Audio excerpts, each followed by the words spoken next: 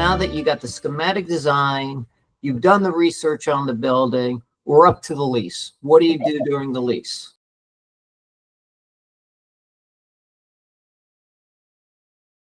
Look, the bulk of what the lease is really the broker's responsibility. What I look for is the occupancy side of it. How much air conditioning is being allocated? How much power is being allocated?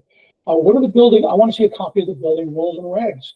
When can I move stuff in and out? Do I get any free freight time for my move in? Building access. How is building access set up? Can I get into my space 24/7? What do I have to do?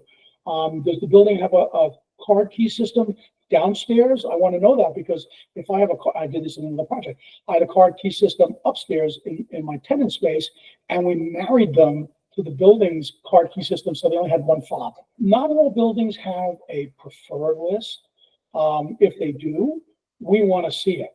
We'll validate, those selections.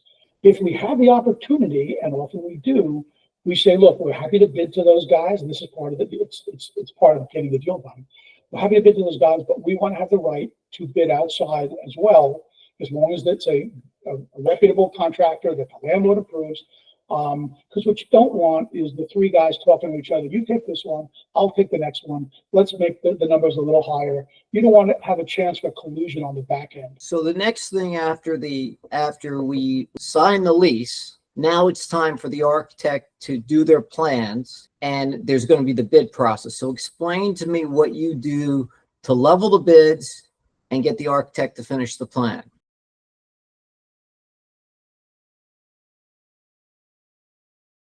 Once the architect is done, what we try to do, by the way, when the architect's doing those plans, sometimes the client says, well, I'm doing this in open ceiling, let's say, but maybe I want to do it in a lay-in ceiling. So what you don't want is to ask the bidders after the fact. You want to ask for add alternates or alternate deducts if you go from one construction methodology to another. So we'll work with the architect to put those what ifs into the plans, and then when we get the bids back from the GCs, we will be able to see the cost to do that. And then the key is to present to the client what the options are.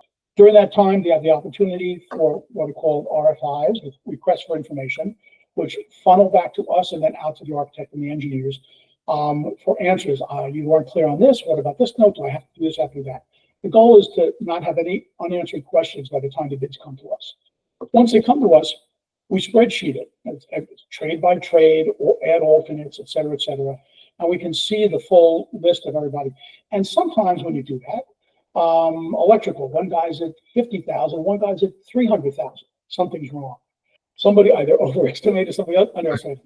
So those get highlighted in our bid analysis sheet, and that's part of the question and answer process. We go by and say, what were you thinking in electrical? Where are you hitting 300,000?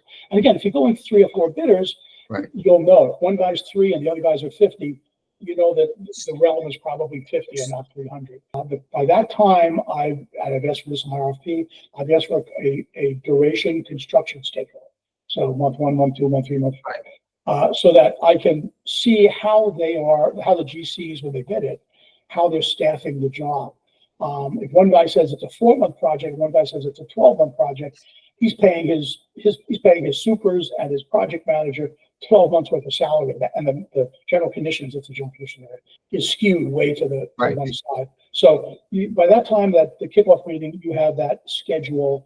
By the way, you also invite, it'll be sometimes the building super or the property manager, depending on what they want to do and how much they want to be involved.